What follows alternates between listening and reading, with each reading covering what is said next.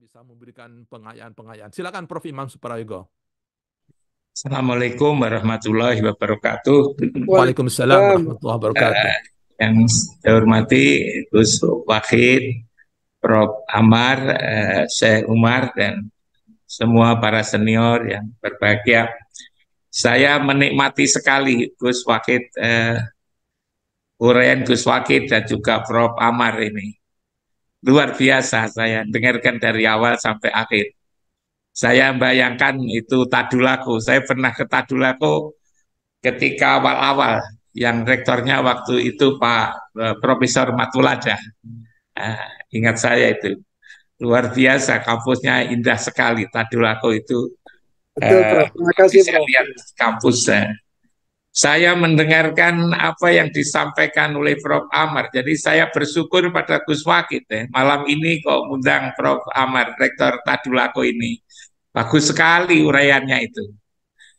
Karena itu agar bisa didengarkan oleh masyarakat dari Aceh sampai Papua, mungkin Gus Wakid bisa menyarankan sekali-sekali untuk menjadi khotib di Istiqlal, juga ceramah-ceramah di hari besar di istana. Saya kira bagus sekali, nuzul Quran, apakah macam-macam Isra Mi'raj. Dulu saya pernah itu, bagus sekali pandangan.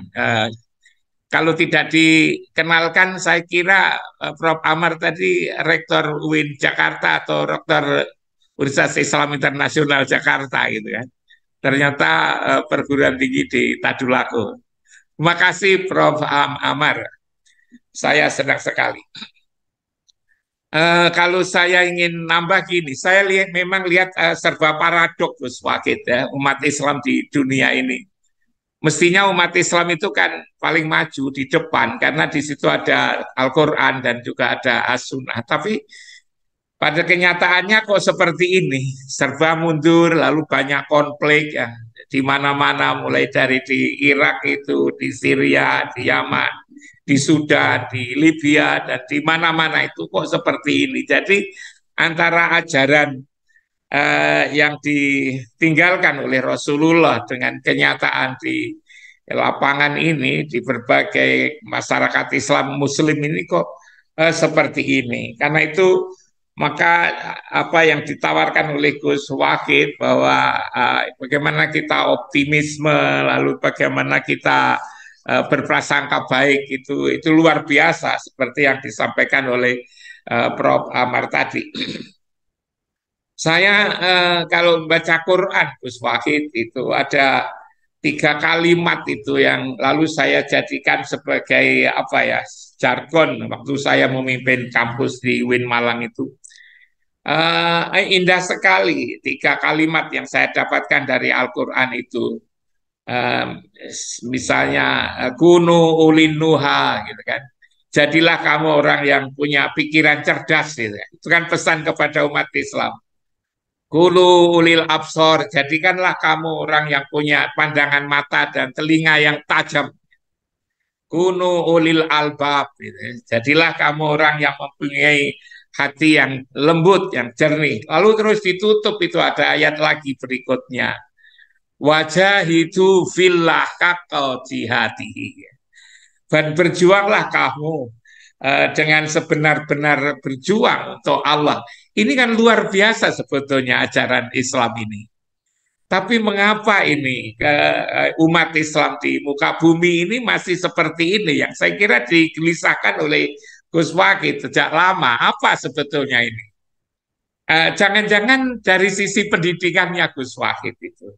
Kalau saya pergi misalnya ke Yaman, lalu ke Sudan, saya lagi ke Syria, saya lagi ke Iran, ke Irak, saya pergi ke Libya, sampai di Maroko sana itu, saya rasakan lembaga-lembaga pendidikan Islam itu apa ya, terlalu banyak itu kajian-kajian yang kurang kurang produktif. Saya lihat apa yang perlu itu belajar agama itu sampai menghabiskan umur gitu Gus Fakih. Jangan-jangan kita ini kehabisan umur untuk memahami agama gitu. Jangan-jangan itu.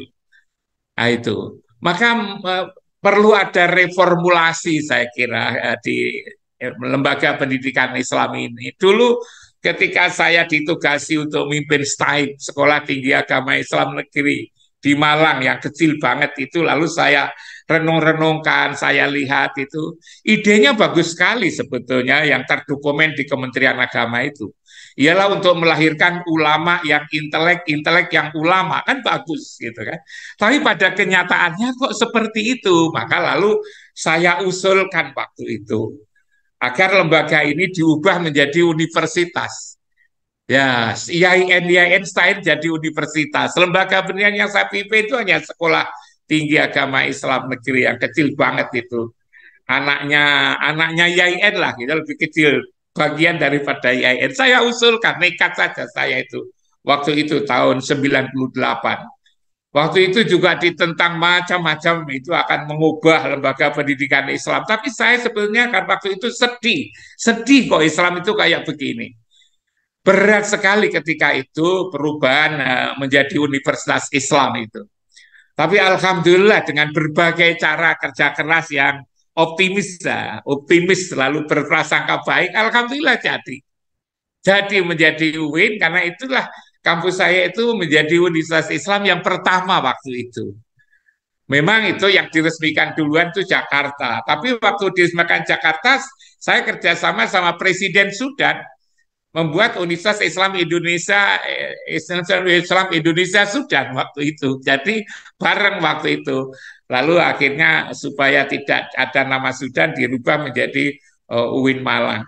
Nah, saya melakukan perubahan itu karena apa? Karena saya sedih sekali melihat kondisi umat itu. Jangan-jangan umat Islam yang mundur kayak gini karena lembaga pendidikannya, Gus Wakid itu.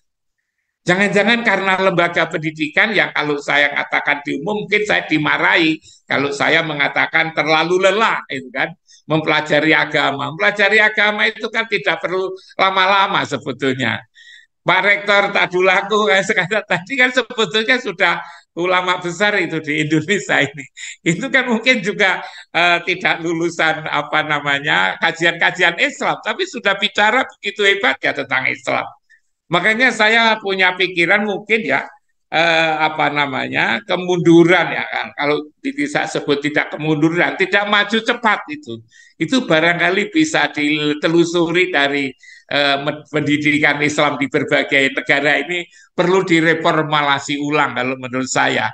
Kalau dulu misalnya Gus Wakid kan pernah menjadi duta besar di Qatar, lalu di Saudi itu kan. Coba kalau Gus Wakid lihat itu di Mekah, di Madinah, lalu di Jeddah gitu kan. Orang Indonesia kalau ke Arab ketiga tempat itu, tiga kota itu, keadaan pendidikan Islam kan kayak begitu Gus Wakid.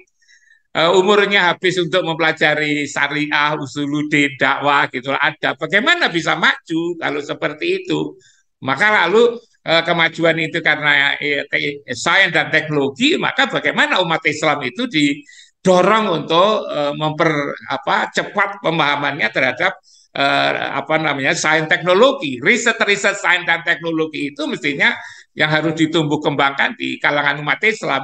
Kalau masih tetap seperti ini, saya kira sampai kapanpun ya umat Islam tetap akan di belakang. Sebab ukuran kita adalah ukuran sains dan teknologi ini. Nah ini Gus Wakid, saya barangkali yang saya sampaikan sedikit, tapi saya justru menikmati apa yang diuraikan oleh Gus Wakid, lalu disempurnakan oleh Prof. Amar, yang menurut saya luar biasa, saya menjadi gembira sekali. Justru yang optimis itu saya malah jadinya itu kan. Yang optimis dan percaya diri itu saya setelah saya dengarkan yang di pikiran-pikiran yang disampaikan oleh Prof. Amar. Terima kasih Pak Rektor Tadulaku. Saya kepingin ke sana lagi setelah dulu zamannya Pak Matulanda. Assalamualaikum warahmatullahi wabarakatuh. Waalaikumsalam warahmatullahi wabarakatuh. Selanjutnya saya mau